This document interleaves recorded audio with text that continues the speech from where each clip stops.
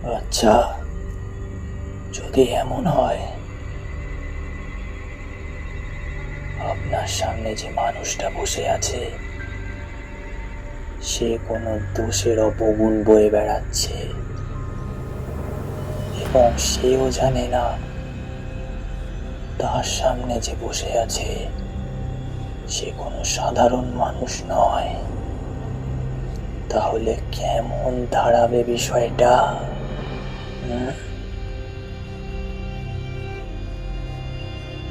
আজকের গল্পটি রক্ত, ভয়, প্রতারণা এবং অন্ধকার মিশ্রিত। সকলকে স্বাগত জানাই দ্য স্টোরি ল্যান্ডের নতুন গল্পে।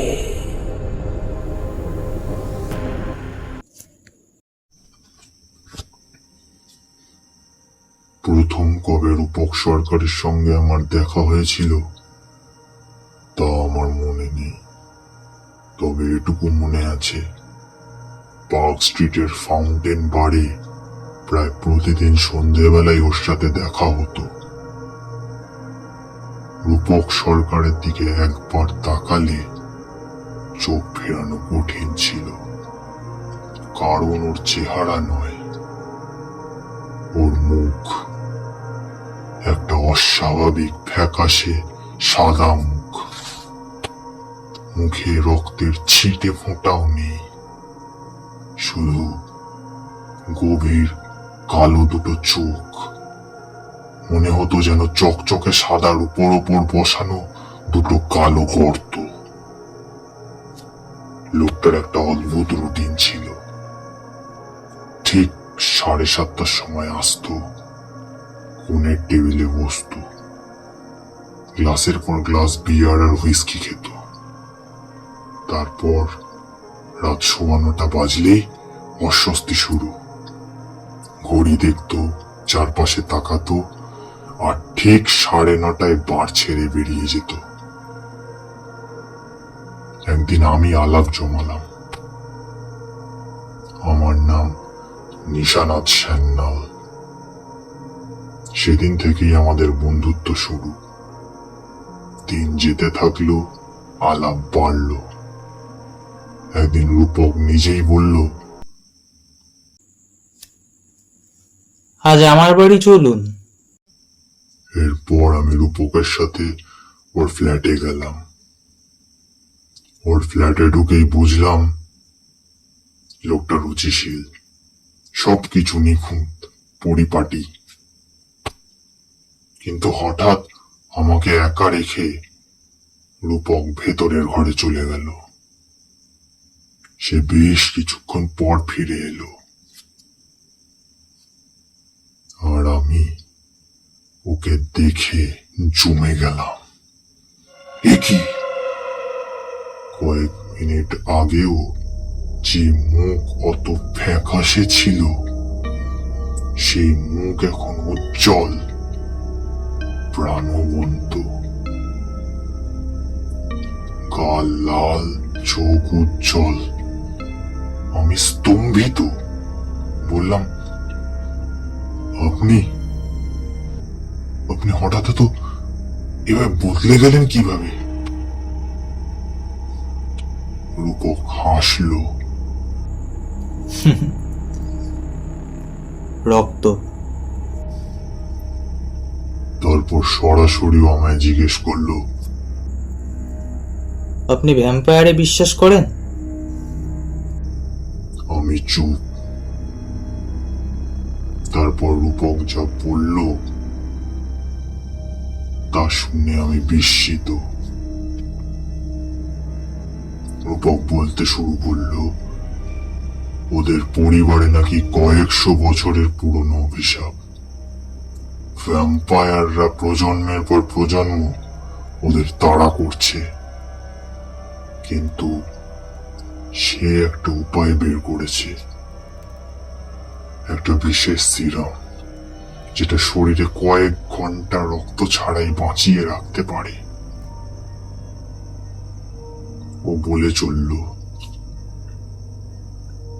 সিরাম নেবার পর ও শরীরের সব রক্ত বের করে একটা বিশেষ রূপোলি ফ্লাস্কে ভরে রাখে, তাহলে শরীরে রক্ত না থাকার জন্য ভ্যাম্পায়ারেরা তাকে টার্গেট করতে পারবে না। এরপর রূপক আমাকে তার রূপোলি ফ্লাস্কটা দেখালো। সত্যি অদ্ভুত সুন্দর, অদ্ভুত মূল্যবান, আর সম্ভবত অদ্ভুতভাবে গুরুত্বপূর্ণ।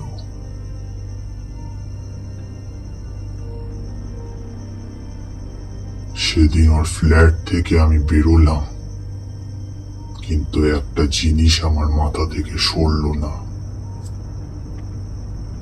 রূপোলি ফ্লাস্কটা।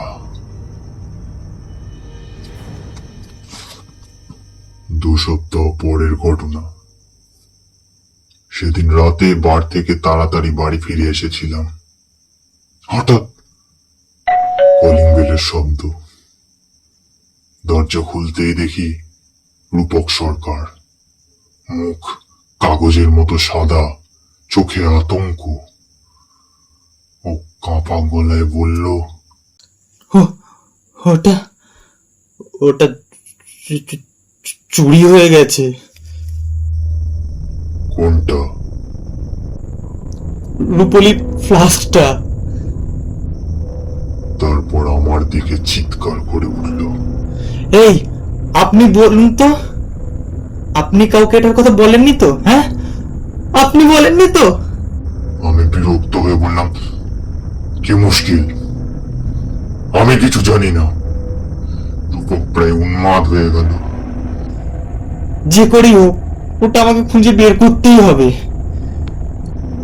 ঠিক আছে, তার জন্য আপনি হাসপাতালে যান। এই মুহূর্তে আপনার যখন রক্তের এতই দরকার, হাসপাতাল থেকে গিয়ে রক্ত নিন। বলে আমি শটান দরজা বন্ধ করে দিলাম।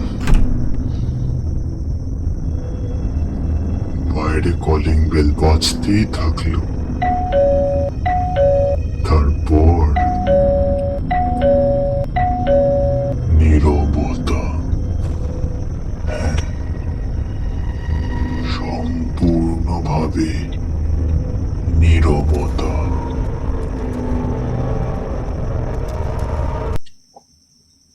আমি ধীরে ধীরে খাবার টেবিলে ফিরে এলাম। নিচে রাখা একটা বাক্স বের করলাম। বাক্সের ভেতর থেকে কি বের করলাম জানেন?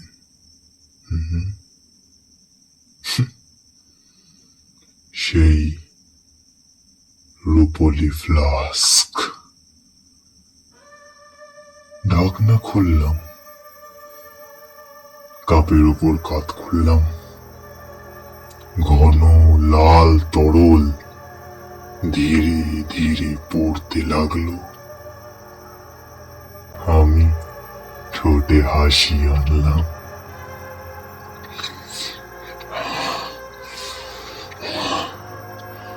সত্যি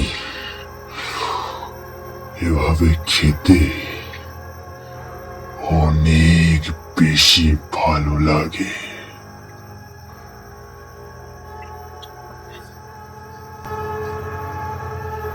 দুনিয়ার সব মানুষ যদি রূপক সরকারের মতো বুদ্ধিমান হতো, তাহলে আমার কাজটা অনেক কঠিন হয়ে যেত।